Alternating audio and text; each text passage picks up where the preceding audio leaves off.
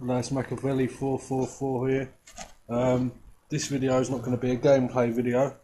This is just going to be a few tips for people on Shadows of Evil. The first tip I have for everybody is if you're planning on doing the Easter egg or getting anything done, the best thing you can do is get things done early. Now I've got videos, and I'm sure you've probably seen videos of people opening up Pack-a-Punch on round one. I've had the achievement since probably the day after the game come out. All of my players from ENGZ have done it. Yeah, get that open on round one. You can choose to not do that and get 3 of the rituals done and then open your eggs on round one so that you can fill your eggs up earlier. And to be honest, that is the smarter move. But if you want the achievement, then yeah, obviously you need the 4 players just to make sure they're getting the part for the ritual and opening the ritual place itself, i.e. the Burlesque. Then on top of that, obviously it's a big factor there is points. And the problem with this is, you know, some people, they tend to kill the zombies or whatever else. I like to keep all the zombies, as many as I can. I only kill them when I need to open a door or such, and I work out who's got the most points and whatnot, just to make sure it gets done.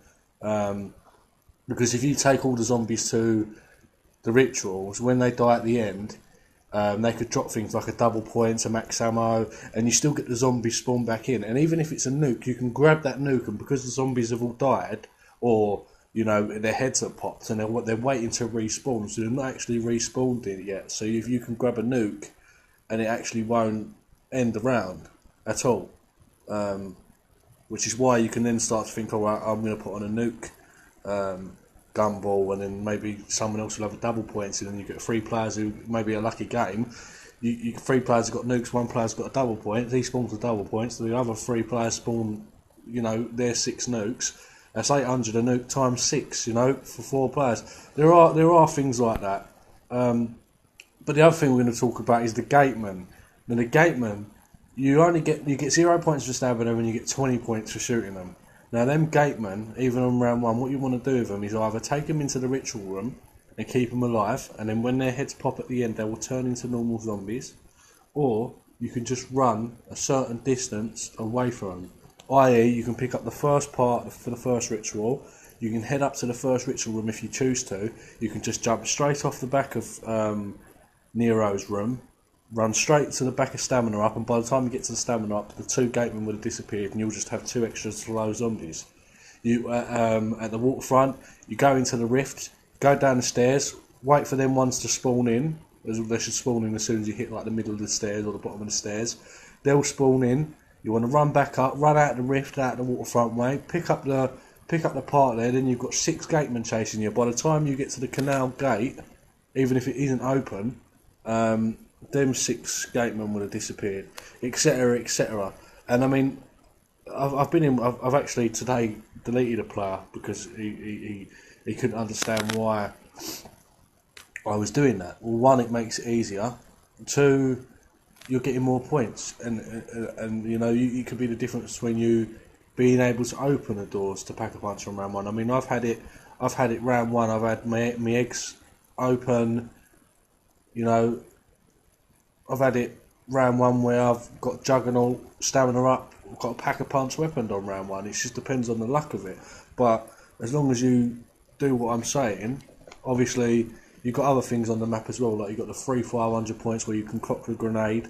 If you don't know where that is, just when you go through the start gate, the first gate you open for 500 on your right, in that window there's a bit of paper on the wall. If you cock a grenade, you want to see on your screen, you're going to see grenade hit markers flash once, twice, 3 times. As soon as it's flashed that 3rd time, I give it like half a second, I let go, blows up the bit of paper, I press square on it. Also, a lot of people are not realising that you can actually lay down at several of the perk machines and you'll get 100. It's not just quick revive.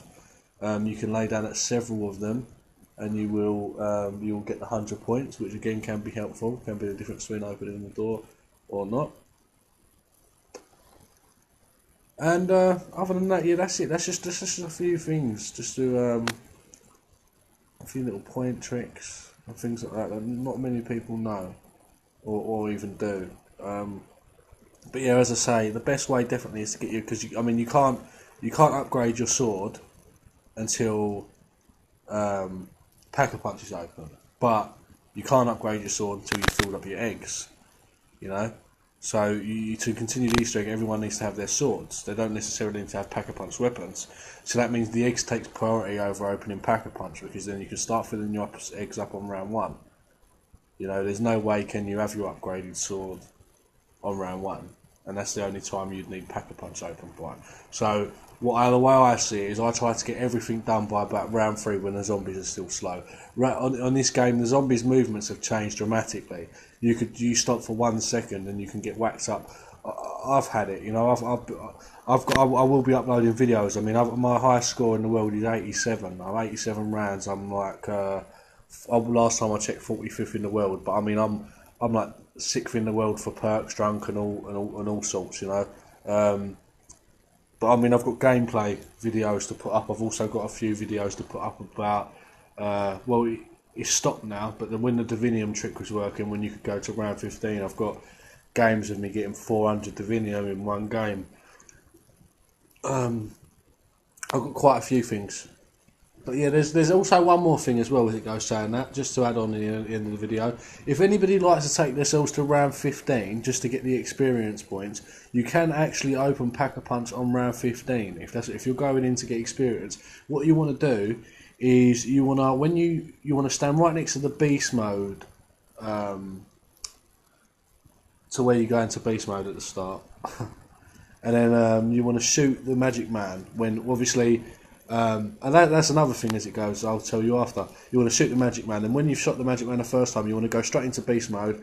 As you're right next to the door, you might as well open the door where you get the free little drop, and then you want to try and jump up at the back and zap the first door to the first ritual room from the back. That way, if you can do that, as well as get the key open, when you go to do the waterfront, if you run and then zap the part down for the first bit, you've then got enough time to run back on yourself, get up, do the boxing gym as well, and in that way, you've still got 2 beast modes, because you see, the first beast mode you use, where you come back out of it once you've unlocked the door and the beast mode, you're then going to be changing the rounds again.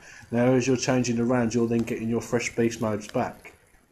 So you can do that, but then also I see a lot of people buying the 500 weapon, R5K, while they're running out of bullets while they're shooting the Shadow Man. How can this still be possible? The game's been out for so long now. You people need to realise that the first time you need to shoot the magic man is when the beast mode lights up blue. The thing at the start when that lights up blue, not your screen, not on the screen when it's blue, when the podium lights up blue, that is the first time you shoot the magic man. 1 bullet from each player. Yeah, the second time you'll hear a noise, a winding sort of noise, and at the end you hear a clunk. Then you want to go to yourself 1, 2, 3, 1 bullet. Same thing again, 1 bullet. I only ever waste 3 bullets doing this, and I see people shooting off their guns like no tomorrow, and it is really not necessary. But yeah, this is just a Machiavelli sign. My camera's broken, so I'm having to do it on my tablet. It's quite shit. But anyway, yeah, that's it. That's just a few survival things. I mean, I'll be putting on my. I couldn't record the whole game. Obviously, everything's gone fucked up. I'm having to do this on my tablet at the moment. But I've got, I think, some footage from late 40s and late 50s. I will get to them sort of high scores again and get more in more detail, but I mean hopefully people can see me running around 60, 61, 62 let's say, surviving, training around the zombies. They'll be able to think, right, okay, yeah, you know, 87's plausible, because I mean there's a lot of glitches and hackers in this game and I don't like it, and I've set a good legit score there. Yeah, I'm PS3. I'm a PS3 user at the moment. I was planning to get PS4 and all that, but I'm PS3 at the moment. I will be getting the PS4 probably before the next DLC comes out. But yeah, like and subscribe if you want. I'll be doing better quality videos within the next couple of days. The ones I'll be uploading that were done before are better quality because they were done on my old camera. But these ones, just for the next day or two, are going to be a bit crap. And I apologise for that. But also, as I say earlier on today, we've also found the second, I put it up earlier, the second song in Shadows of Evil.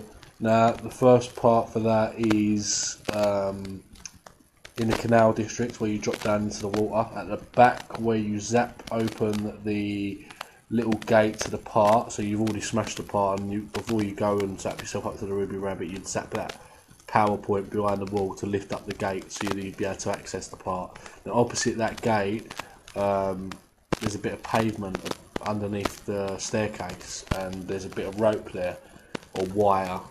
It's wire. You pick up that wire. The microphone head is in the rift, and the third part I have no idea because I was in a game with cannabis, and I'd found the two parts, and between the two of us we must have picked the third part up without knowing. We got the song playing and all that, but I must have randomly picked up the part. I just searched for it then in the game I was just in, and the only places I didn't look was where you get the I'll put another video out when I find the part, but the only places I didn't look